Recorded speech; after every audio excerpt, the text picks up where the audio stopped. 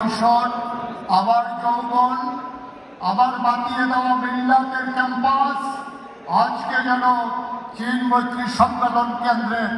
এক খণ্ড বাংলাদেশ, যেখানে একেবারে অজপাড়া গায়ের নিবৃত পল্লী থেকে আন্তর্জাতিক পরিমণ্ডলে মিল্লাতিয়ান যারা গর্বের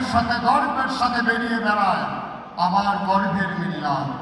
আর এই মিল্লাতের অগ্রজনজ এবং সকলের সমন্বয়ে আজকের আয়োজনে পর্যায়ে বক্তব্য রাখবেন যিনি দেখিয়ে দিয়েছেন ওলামায়ে কেরাম শুধু মসজিদের খতিবের জন্য জন্ম হয়নি, ওলামায়ে কেরামের জন্ম হয়নি শুধু খতিব পড়ার জন্য আর দ্বীনি শিক্ষাকে শুধু মাদ্রাসা অঙ্গনে প্রতিষ্ঠা করার জন্য। ওলামায়ে কেরামের জন্ম হয়েছে টেকনাফ থেকে তেঁতুলিয়া, রূপসা থেকে পাথুরিয়া, বান্দরবান থেকে সুন্দরবন, 56,000 বর্গ মাইলের 18 কোটি মানুষের হৃদয়ের স্পন্দন জানিয়ে দেওয়ার জন্য ওলামায়ে কেরাম এসেছিলেন, আজও আছে, ভবিষ্যতেও থাকবেন ইনশাআল্লাহ। আর এক উৎকৃষ্ট উদাহরণ যিনি আজকে এই মুহূর্তে আমাদের সাথে কথা বলছেন, আমাদেরকে রাগিয়ে দেবেন,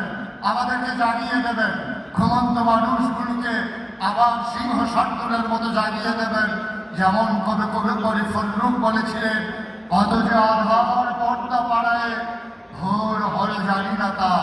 নারঙ্গি বনে পাচ্ছে সবুজ পাতা, দুয়ারে তোমার সাত সাগরের জোয়ার এনেছে ফেরা, তবু তুমি জানলে না, জেগে উঠুন, গর্জে উঠুন, জানাতে মঞ্চে আসছেন শায়েখ আহমদুল্লাহ।